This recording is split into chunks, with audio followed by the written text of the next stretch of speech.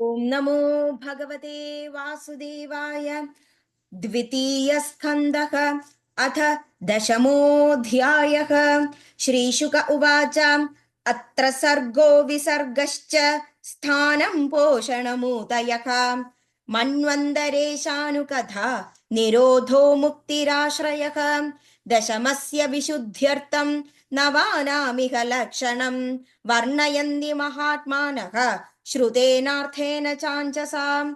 भूतमादेन्द्रियध्रियां जन्मसर्ग उदाहृतः ब्रह्मणो गुणवैषम्याम् अद्विसर्गः पौरुषं स्मृतः। स्थितिर्वैकुण्ठविजयः पोषणं तदनुग्रहः। मन्वन्तराणि स धर्म ऊतयः कर्मवासनाः। अवतारानुचरितं हरेश्चास्यानुवर्तिनां सदामीश कथा प्रोक्ता नानाख्यानोपबृंहिताः। निरोधोऽस्यानुशयनम् आत्मनः सह शक्तिभिः मुक्तिर्हित्वान्यथा रूपं स्वरूपेण व्यवस्थितिः। आभासश्च निरोधश्च यदश्चाद्यवसीयते स आश्रयः परं ब्रह्म परमात्मेति शब्द्यते। योऽध्यात्मिकोऽयं पुरुषः सोऽसावेवादिदैविकः यस्तत्रोभयविच्छेदः पुरुषो ह्यादिभौतिकः। एकमेकतराभावे यदा नोपललाभामहे त्रितयं त्रय तत्रयो वेद स आत्मा स्वाश्रयाश्रयः। पुरुषोऽण्डं विनिर्भिद्य यदासौ स विनिर्गतः आत्मानो यनमन्विच्छन् अपोस्राक्षीचुचिः। तास्ववास्ति स्वसृष्टासु सहस्रपरिवत्सरान् तेन नारायणो नाम यदा वपुरुषोद्भवाः। द्रव्यं कर्म च कालश्च स्वभावो जीव एव च यदनुग्रहतः सन्धि न सन्धि यदुपेक्षया। एको नान्वामन्विच्छन् योगतल्पात् समुद्धितः वीर्यं हिरण्मयं देव मायया विसृजत्तिर्दा। अधिदैवमथाध्यात्मम् अधिभूतमिति प्रभुः यथैकं पौरुषं वीर्यं त्रिधा भिद्यत तच्छृणुः। अन्तःशरीर आकाशात् पुरुषस्य विचेष्टतः ओजःसहो बलं जज्ञे ततः प्राणो महानसुः। अनुप्राणन्ति यं प्राणाः प्राणन्दं सर्वजन्तुषु अपानन्दम् अपानन्ति नरदेवम् इवानुगाः। प्राणेन क्षिपता क्षुत्र इडदान्तरा जायते प्रभोः पिपासतो जक्षतश्च प्राक्मुखं निरभिद्यत मुखतस्तालु निर्भिन्नं जिह्वा तत्रोपजायते तदो नानारसो जज्ञे जिह्वया योगी गम्यते। विवक्षामूर्ध्मतो भूम्ने वह्निर्वाग्व्याहृतं तयोः जले वै तस्य सुचिरं निरोधः समजायत। नासिके निरभिद्येतां दोधूयदि नभस्वति तत्र वायुर्गन्धवगो क्राणो न सिज्जिघृणशदा। यदात्मनि निरालोकम् आत्मानं च दिदृक्षतः निर्भिन्ये ह्यक्षिणी तस्य ज्योतिश्चजुर्गुणग्रहः। बोध्यमानस्य ऋषिभिः आत्मनस्तज्जिघृक्षतः कर्णौ च निरभिद्येतां दिशश्रोत्रं गुणग्रहः। वस्तुनो मृदुकाठिन्य लघुगुर्वोषणशीततां जिघृक्षत स्वं निर्भिन्ना तस्यां रोममहीरुहाः।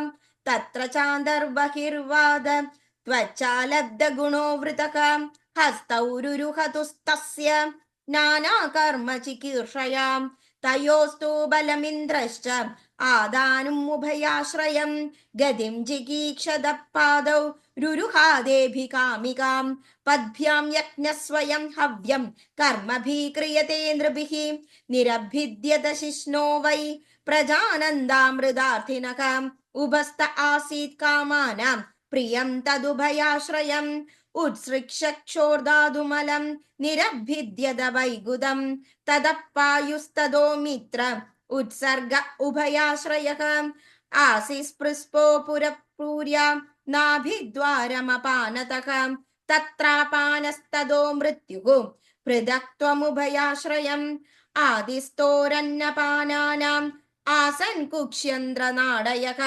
നദ്യഃ സമുദ്രാശ്ച തയോസ്തുഷ്ടിഃ പുഷ്ടിസ്തദാശ്രയേ നിദിധ്യാസോരാത്മമായാം ഹൃദയം നിരഭിദ്യത തദോ മനസ്തതശ്ചന്ദ്ര സങ്കൽപ്പകാമ ഏവ ച ത്വക്ഷർമ്മ മാംസരുദിരം ഏതാദോ മജ്ജാസ്ഥിതാദവക ഭൂമ്യപ്തേജോമയാ സപ്ത പ്രാണോ വ്യോമാംബുവായുഭിഃ ഗുണാത്മകാനീന്ദ്രിയാണി ഭൂതാദിപ്രഭവാ ഗുണാകാം മനഃ സർവവികാരാത്മാ ബുദ്ധിർവിജ്ഞാനരൂപിണി ഏതദ് ഭഗവതോ രൂപം സ്ഥൂലം തേ വ്യാഹൃതം മയാ മദ്യാദിഭിശ്ചാവരണൈഃ അരിഷ്ടഭിർബഹിരാവൃതം അധഃപരം സൂക്ഷ്മതം അമവ്യക്തം നിർവിശേണം അനാദിമധ്യദിതനം നിത്യം വാഗ്മനസഃ പരം അമൂനി ഭഗവദ്രൂപേ മയാ തേ അനുവർണിതേ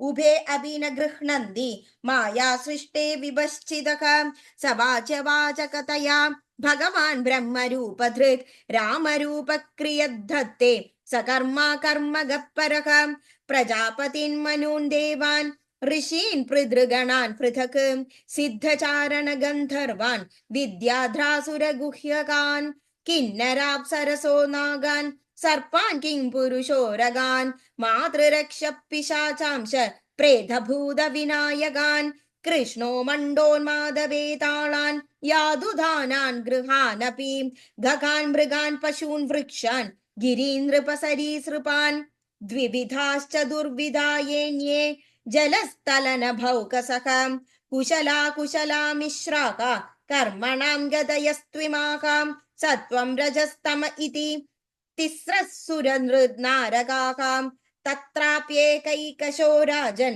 ഭിദ്യന്തെ ഗതയസ്ത്രിധരാം യദൈകൈകരദോ നാഭ്യാം സ്വഭാവ ഉപനഹ്യത്തെ സ ഏവേദം ജഗദ്ധാതാ ഭഗവാൻ ധർമ്മരൂപധൃക് പുഷ്ണാദി സ്ഥാപയൻ വിശ്വം തിര്യങ് നരസുരാത്മഭിഃ തദകാലാഗ്നിരുദ്രാത്മാ യത് സൃഷ്ടം ഇതിമാത്മനഃ സന്നിയച്ഛതി കാലേന ഖനാനീകമിവാനിലഃ ഇത്തം ഭാവേന കഥിതോ ഭഗവാൻ ഭഗവത്തമഃ നേഥം ഭാവേന ഹിം പരം ദൃഷ്ടുമർഹന്തി സൂരയഃ നാസ്യ കർമ്മണി ജന്മാദൗ പരസ്യാനുവിധീയതേ കർത്തൃത്വ പ്രതിഷേധാർത്ഥം മായയാരോപിതം ഹി തത് അയം തു ബ്രഹ്മണ കൽപ സവികൽപ ഉദാഹൃതഃ വിധി സാധാരണോ യത്ര സർഗാ പ്രാകൃത വൈകൃതാഃ പരിമാണം ച കാലസ്യ കൽപലക്ഷണ വിഗ്രഹം യഥാ പുരസ്താദ്വാഖ്യാസ്യേ പാത്മം കൽപമധോ ശൃണു ശൗനക ഉവാച യദാ ഹനോ ഭവാൻ സൂത ക്ഷത്താ ഭാഗവതോത്തമഃ ചചാര തീർത്ഥാനി ഭുവസ്ത ത്യക്ത്വാ ബന്ധൂൻ സുദുജ്യസ്താൻ കുത്ര കൗശാരവേതസ്ത്യ സംവാദേ ദ്യോതശ്രിതഃ യദ്വാ സ ഭഗവാൻ തസ്മൈ പൃഷ്ടസത്വമുവാചഃ ഭ്രൂഹീനസ്തദിദം സൗമ്യം വിദുരസ്യ വിചേഷ്ടിതം ബന്ധുത്യാഗനിമിത്തം ച തദൈവാഗതവാൻ പുനഃ സൂത ഉവാച രാജ്ഞാ പരീക്ഷിതാ പൃഷ്ടോ യദവോചൻ മഹാമുനിഃ തദ്വോഭിദാസ്യേ ശൃണോതു രാജ്ഞപ്രാശ്നാനുസാരതഃ ഇതി ശ്രീമദ്ഭാഗവതേ മഹാപുരാണേ വൈയാസിക്യാം അഷ്ടാദശസഹസ്ര്യാം പാരമഹംസ്യാം സംഹിതായാം ദ്വിതീയസ്കന്ധേ പുരുഷസംസ്ഥാനുവർണ്ണനം നാമ ദശമോऽധ്യായഃ സമാപ്തോऽയം ദ്വിതീയസ്കന്ധഃ